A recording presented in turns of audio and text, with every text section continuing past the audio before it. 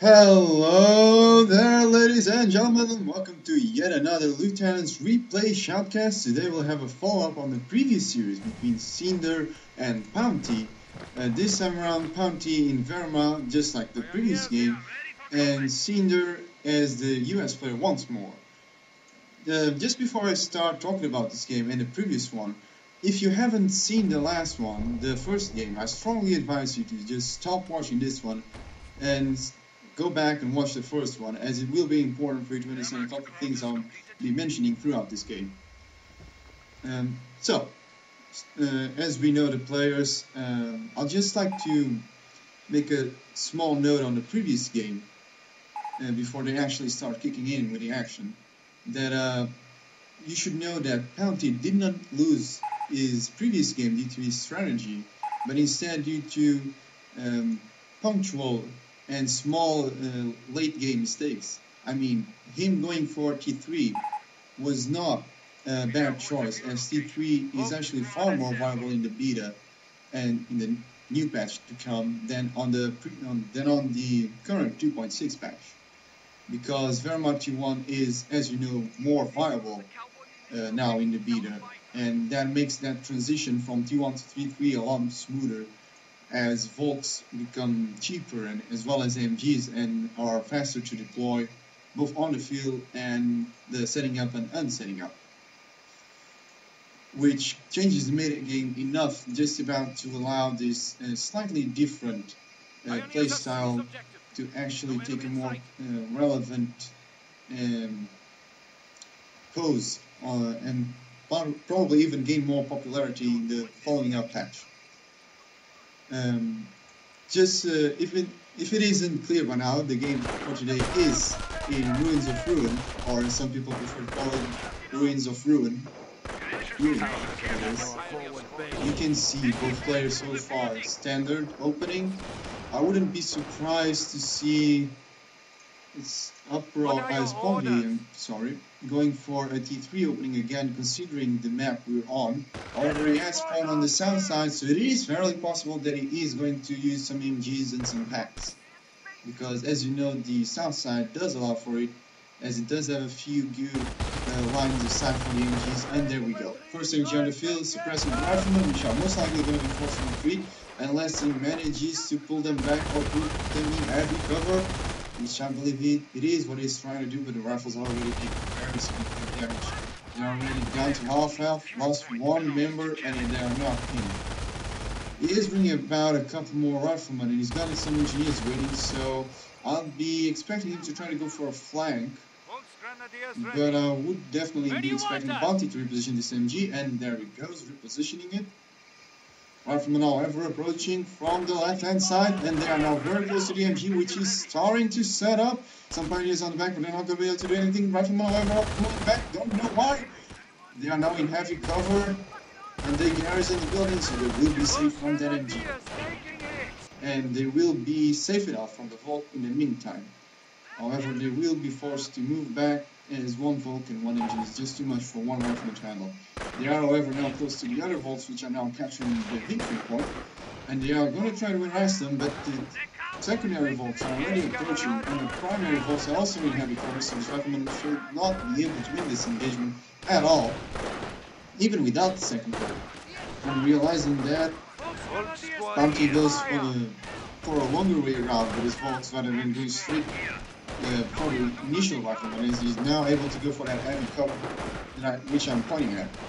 More riflemen coming about, however. Volks very low in health, so I'll be looking to retreat, but he might get taken out. And no, it doesn't, because the riflemen are still engaging the other Volks. Some MG working on these riflemen, but they are also in heavy cover. Riflemen and Thomas charging up to the Volk, which are forced to retreat. MG still firing up on those riflemen, but it is very far away, and it is in heavy cover, so they are going to be able to stand there. And Rifleman and Thomas now approaching from the left-hand side down to the MG, and if he doesn't retreat this MG, it is very possible that he might lose it. But Flamers do not accompany the Rifleman. I don't know why. This must be a missed micro from him. Rifleman taking some very serious casualties and are forced to retreat before the Volk will actually be able to kill them. Engineers now going to recapture the strategic point. I'm not entirely sure this was a good move. In fact, I'm pretty convinced it would have been better for it to just charge up with the flamers up against the MG, as you would probably be able to kill a lot more members from the MG and possibly even managing this whole retreat considering the rifleman reinforcement which were approaching already. Losing territory. And decapturing this strategic point is important, but not entirely critical unless you have this point or unless you have decapped this fuel point. Otherwise, the other northern points are still connected. You can see now a small engagement coming about on the middle, right on the front of the Wehrmacht base, in fact, which was trying to get up a bunker, potentially a medic bunker. Another engagement up here in the center, rifleman, very well in help. We'd like to see triage going up any time now. And it is already the 6-minute mark, and we are not seeing any BARs, and we are not seeing any triage. So I would be expecting Uprock to go for a T3 by now, unless he's counting up on the supply yard upgrades so that the rifleman will get faster to increase his manpower supply. As we can see, manpower slightly low. It's lower than the Wehrmacht, but considering it's the American faction, it's actually still fairly high. It's only really necessary to get supply yard upgrades once it reaches 240, 220, 260 is still fairly Germans okay. are seizing territory from us. You can see, however, in terms of resources, Uprock with 32, 37, and PonTi with 27 out of 32, 15. So clearly it does not have a good fuel income. And that might just incentive our US player even more to go for this T3.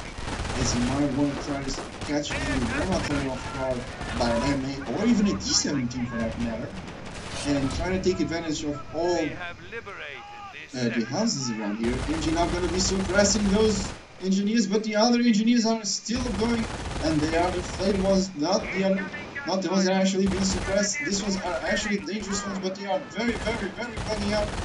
And they're going to get suppressed and forced retreat. More volts engaging this rifleman. Volts on empty cover, so the rifleman will not be able to win this engagement. But one grenade, one astounding grenade, takes out all the volts except for one, which might still get taken out by the rifleman, which are still shooting at it.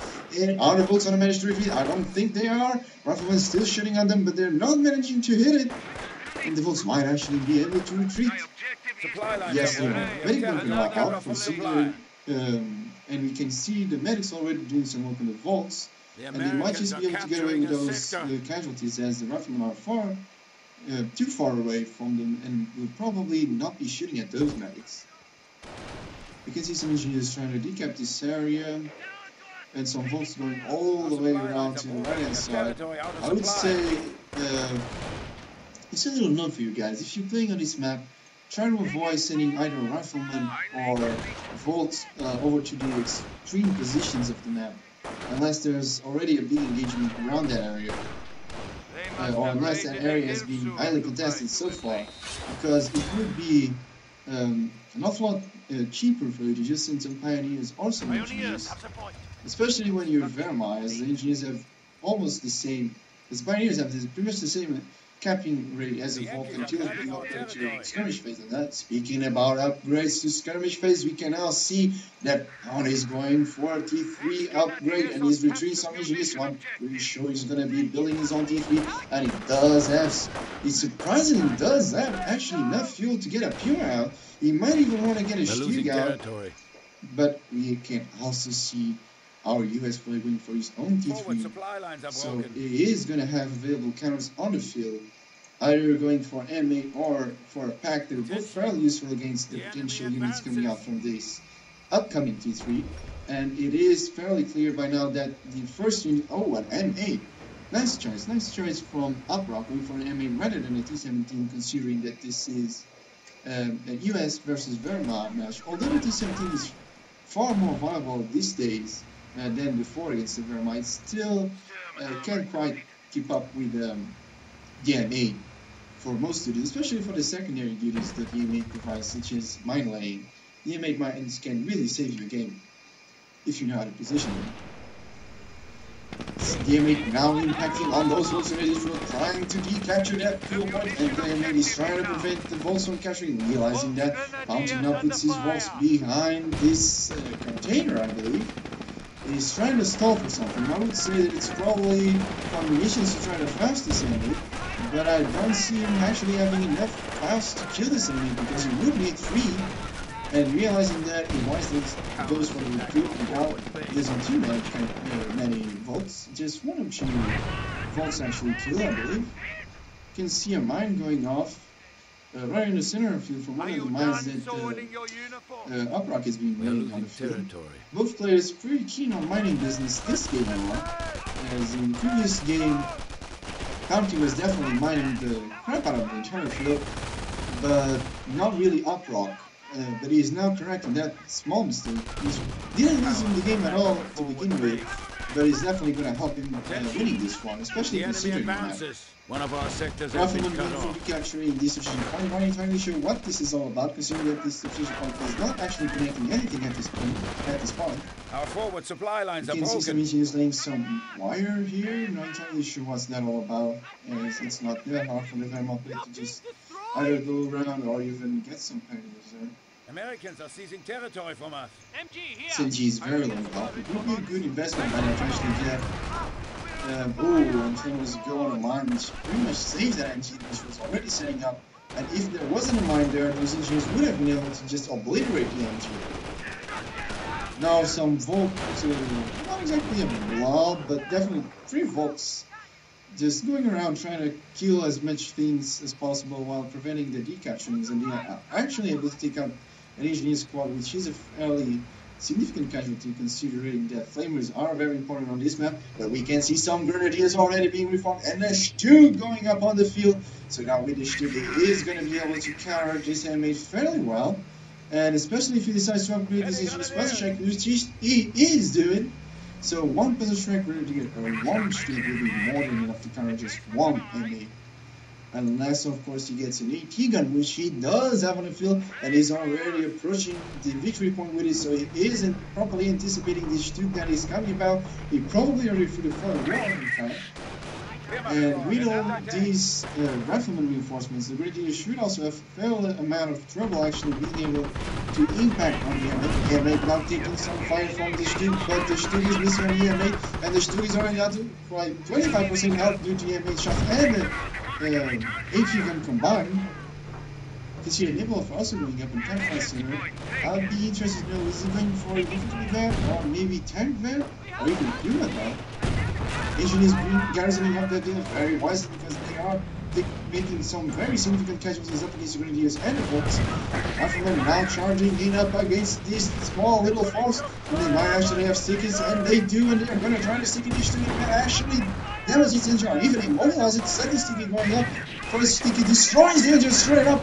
AT gun now moving about on the field, and this might just be the end for our Stu here. The Stu might have a premature death, as he was not actually able to do much of any casualties. The only thing he actually did so far was take out this fire and wisely pulling off the riflemen, which don't need to take any casualties due to the presence of the AT gun that is going to be able to take out this Stu at a fairly long range.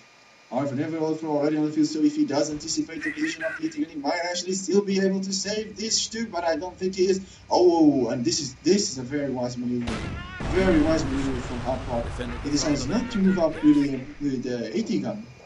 And instead he moves the M8 up to that area, puts the M8 on the rear arm of the Stuke and just takes out the Stuke with the M8 and automatically giving the M8 VAP1, which, as I've said in the previous game, is far more important than having an AT gun with VAP1.